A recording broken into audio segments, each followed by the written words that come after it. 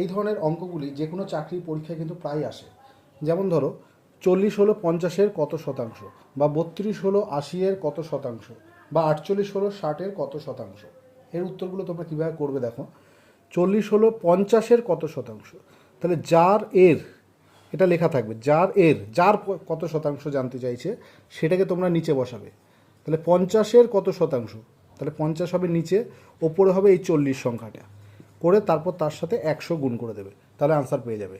কি দাঁড়াবে এটা দেখো, 0 0 কাটলো 5 দিয়ে, 5 20 100, তাহলে 4 20 কত হলো 80, তাহলে 80%।